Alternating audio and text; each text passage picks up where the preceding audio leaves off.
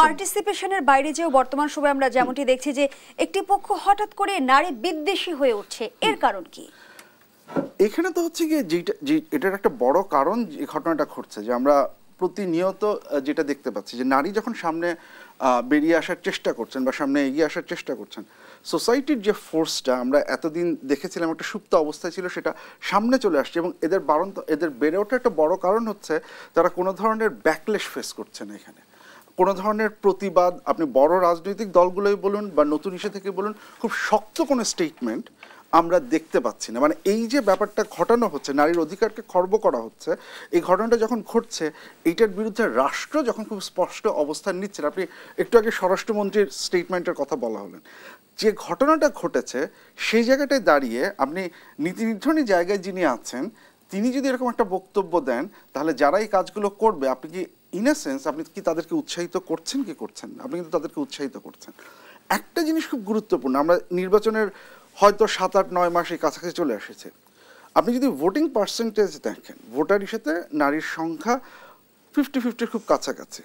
এবং বিভিন্ন সার্ভে যেটা দেখাচ্ছে যে ফিউচারে খুব বেশি দিন তো আর না, এই অল্প সময় নেক্সট পলিটিক্সে women will be the decision maker. তাদের ভোটটা শেষ পর্যন্ত ডিটারমাইন করবেন কে ক্ষমতায় যাবে বা কে ক্ষমতায় যাবেন না।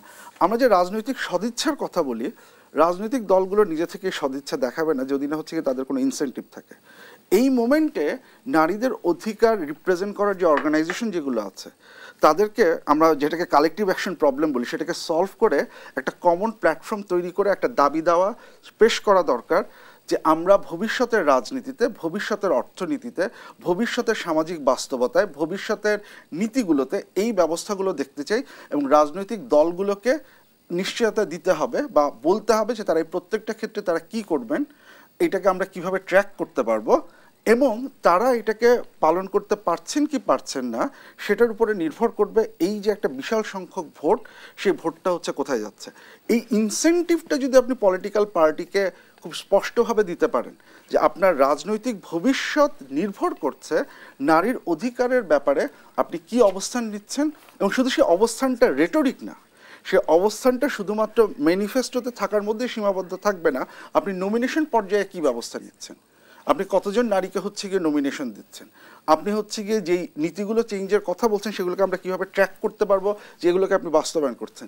এই ইনসেন্টিভটা দিয়ে যদি হচ্ছে গিয়ে আপনি তাকে ইনফ্লুয়েন্স করতে পারেন, তাহলে there is an opportunity. But সেটার জন্য নারী সংগঠনগুলোকে একটা প্ল্যাটফর্মে দাঁড়িয়ে একটা কমন ভয়েস রেজ করতে হবে, কারণ দ্যাট ইজ দ্য কি।